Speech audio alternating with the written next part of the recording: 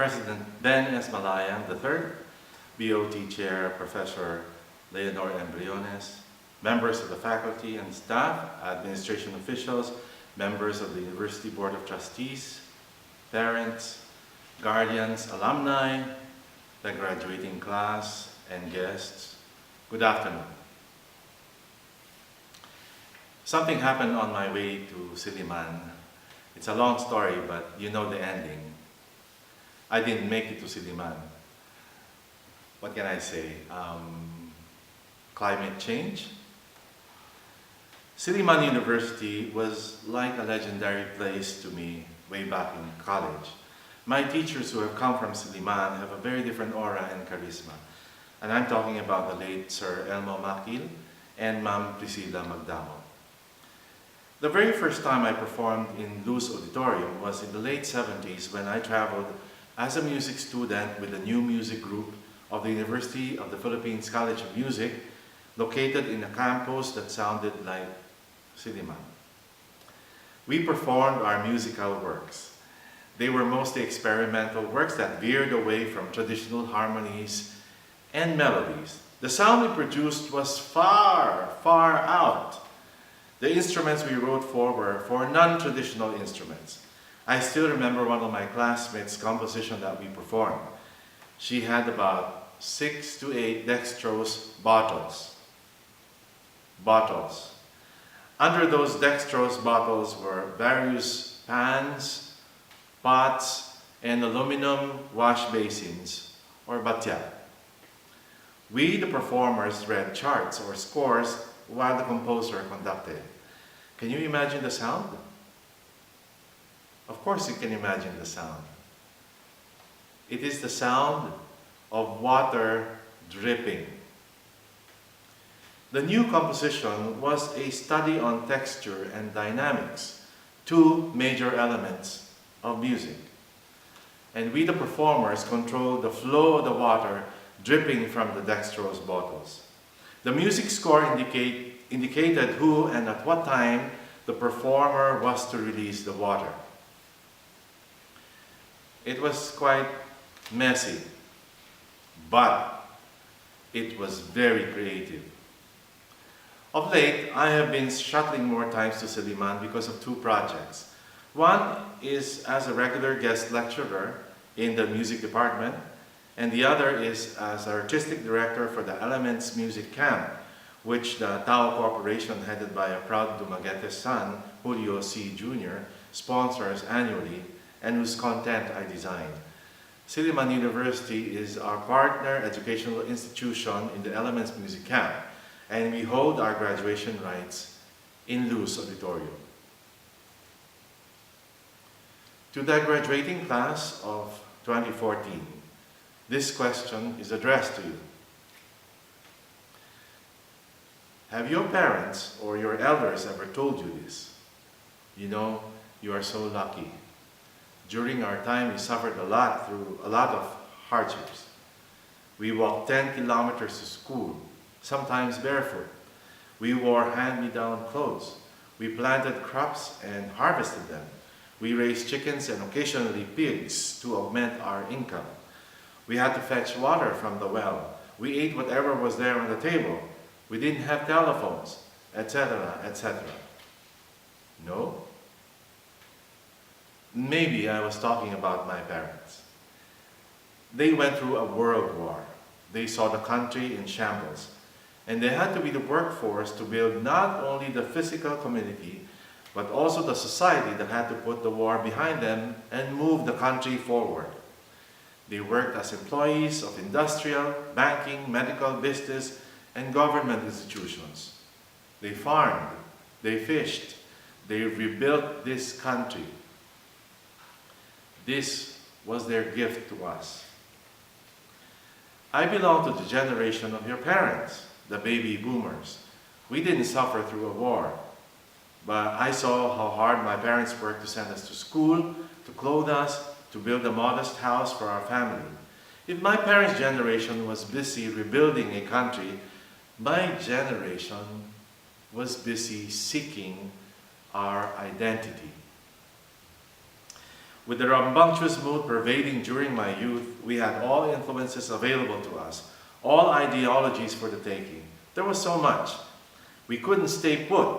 We either went to the mountains or left the country seeking our individual destinies and our national identity. We were drowning in foreign influences that we wanted to scream out loud and tell the world that there is this country called the Philippines, a great country with great people. But you see, the world measures you according to their set of rules and values.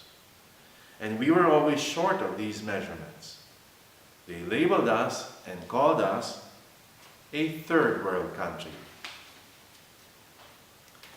Never mind if the label was mainly for economic reasons. It also permeated in our national psyche, that of being a poor, impoverished third world country. My generation, your parents' generation, harbored this wish, this dream to become recognized as a truly great country because deep inside we knew that we are a special country. We silently worked hard and are still working at it to some extent to eradicate from our psyche the negative connotations of being labeled a citizen from a third world country. The Philippines sent waves and waves and waves of professionals, skilled and unskilled workers of my generation to work in other shores. Until now, the result of this sacrifice is being touted as the single most important contribution to our country's economy, which saw us sail through various economic crises.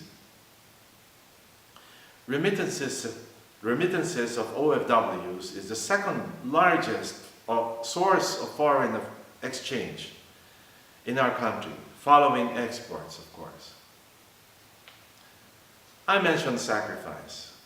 We all know the sacrifices that OFWs have to go through, and we all know too well how close to home this could be. But consider the other side of the coin.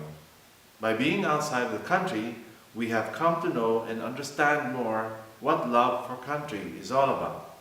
By seeing the Philippines from afar, we have found the identity that we had been seeking. At 22 years old, I had my first taste of living outside the country for 6 months as a traveling musician. And the following years leading up to the millennium, I got to travel around the world playing in different venues, from hotel clubs to revered theater halls like the Carnegie Hall in New York, to the Circus Maximus of the Caesar's Palace in Las Vegas, and all the way to real royal palaces. As a musician who traveled to other countries, I began to understand what being Filipino is. I got to see firsthand the difference between what I can do vis-a-vis what my foreign counterpart can do. I discovered that I was equal to them. Maybe better in some aspects, but I also recognized their strengths, and it taught me where I should improve. Feeling like an ilustrado of the 19th century, I come home every time enlightened and bristling with confidence. I realized then what I can do and how I can contribute to my society. I discovered that the third world is only a label, a control, like an imprisonment of the mind.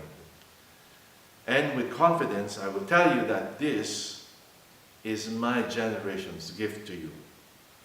The entire world recognizes these traits of the Filipino through the OFWs. A hardworking, highly adaptive, God-fearing, happy people whose love for family is our raison d'etre, our reason for existence. This love for family is beyond first world. It is what will save the entire world. So let me ask you, what should this generation's gift to our country be? I will not tell you what you can give. In the first place, it is a gift. But let me share with you some thoughts. My parents' generation rebuilt this country. Your parents gave it its identity. What does our country need? We need more great creative minds. We need creative scientists. We need more critical thinkers. We need more top-notch writers and communicators. And on top of that, we need more creative minds to address this generation's and the next generation's needs. We need creative entrepreneurs, businessmen with a keen sense of art, economists who know how great music is written. Your generation will be the creative force that will instruct the world how to save itself from the devastating effects of climate change. This generation will give this country a new creative mind to be able to compete and contribute to the world. You have to think beyond what is needed now. You have to start projecting how you want your future to be and work at achieving it. You will not react to changes. You should initiate the changes necessary for this world to be a better place. You shall be the leaders. You shall affect change. The new battleground, I believe, is where the best of the best creative minds will do battle. Your mind is the bastion of energy that will propel this country forward with the sole vision and goal of uplifting the lives and caring for your family, for your fellow Filipinos. You will not fail. If we care for each one of us, if we succeed to lift each other from all forms of poverty, then your generation's gift will be the best gift this country would have ever received.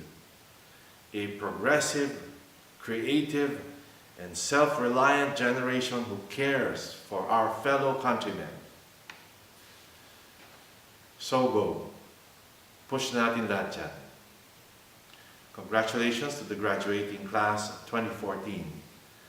A pleasant evening to all. Daghang salamat. Thank you.